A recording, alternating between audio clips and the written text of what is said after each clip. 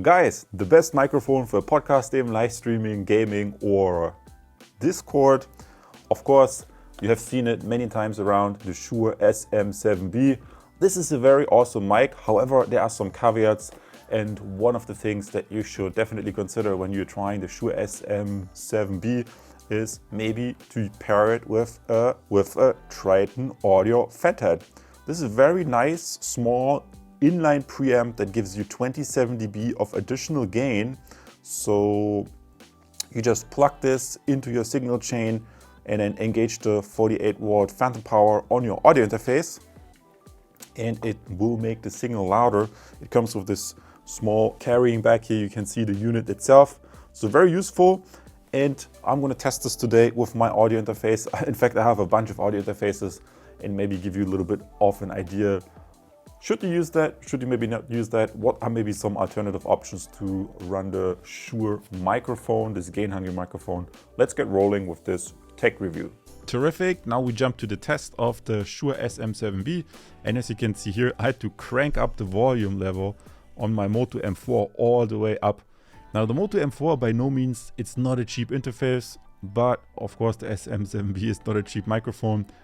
Surprisingly, the MOTU can handle the SM7B pretty well, but as you can imagine, if you had a more affordable interface or a budget interface, then maybe the volume level wouldn't be high enough, the gain would be kind of weak, and yeah, as you can see here, I'm never peaking.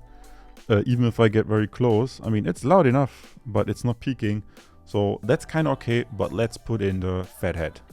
Testing, 1, 2, 3. Guys, I'm turning up the volume, and as you can see, yeah, about 50% seems to be where it's at. Of course, I have engaged the 48 volt phantom power.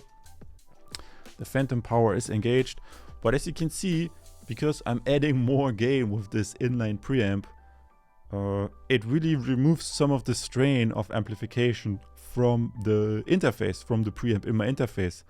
Now, you have to decide. I mean, if you get that mic, it's any mic, you just plug it in, you crank up the volume all the way. If it's still too quiet, chances are you need some extra amplification with an inline preamp like this.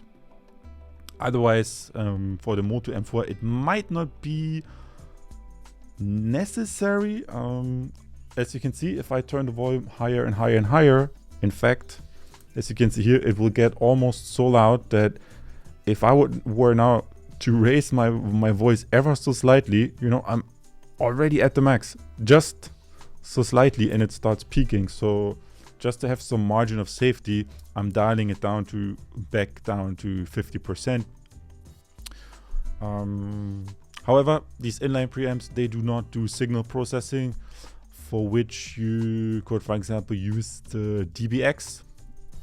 Something like the DBX that can do some signal processing, like a low cut, adding some high frequency and low frequency detail.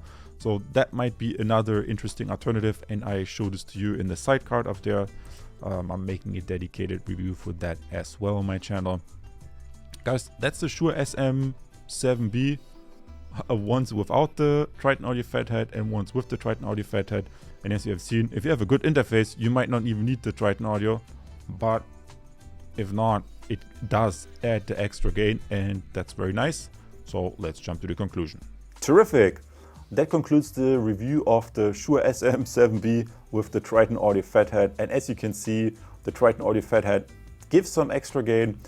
The Shure SM7B notoriously gain hungry, and of course you don't have to use the TritonAudio to increase the level in your signal. You can also use something like I told you, like the DBX.